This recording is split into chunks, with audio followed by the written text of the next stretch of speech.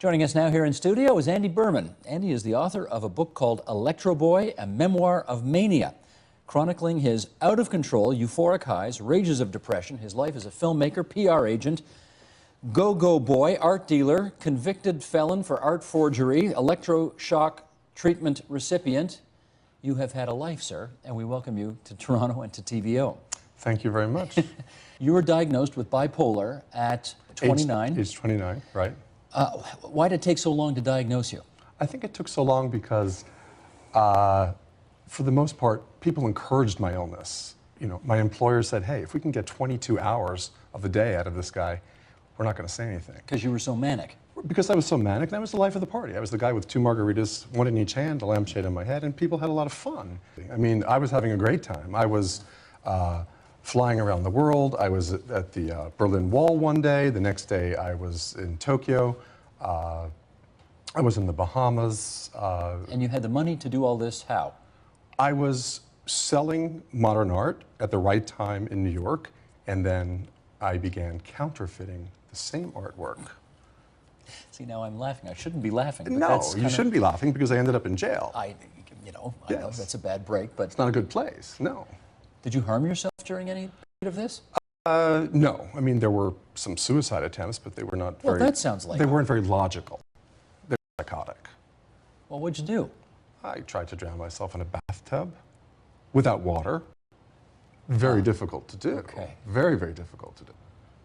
15 years ago, you elected to undergo electroconvulsive therapy, what some people call electroshock. Right. Can you tell us how you came into that decision? Sure. It was a last resort, and I really feel like if you're in a building that's on fire, jump out the window. Take your chances. Yes, and I also feel like I chose it because in my mania, I thought it was very glamorous. I thought Ernest Hemingway has been through this, Vivian Leigh has been through this. This is going to be fun. And what did it do for you? I mean, the first treatment was extremely successful. I woke up out of recovery 30 minutes later. I was in my hospital room. However, the side effects were there immediately. Which were?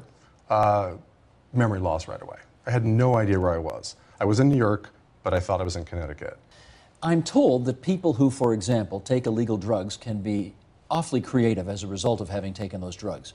Or people who are bipolar can also experience a kind of creativity that other people who don't suffer from that, won't have. Is that true? Because you've done both. I mean, there's this creativity that exists because there are no boundaries with people who are bipolar. And there's racing thoughts. So they're forced to piece together all these different components of highs, lows. I mean, look at someone like Rachmaninoff. I mean, ups and downs. I mean, when you read Sylvia Plath, I mean, you see all of these highs and all of these lows in one poem.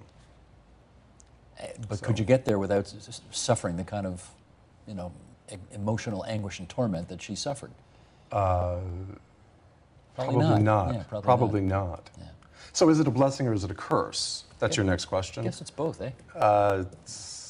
It's both. It's both. Thanks for doing the book, and thanks for coming in at TVO Thank you so tonight much. to talk about it. Thanks.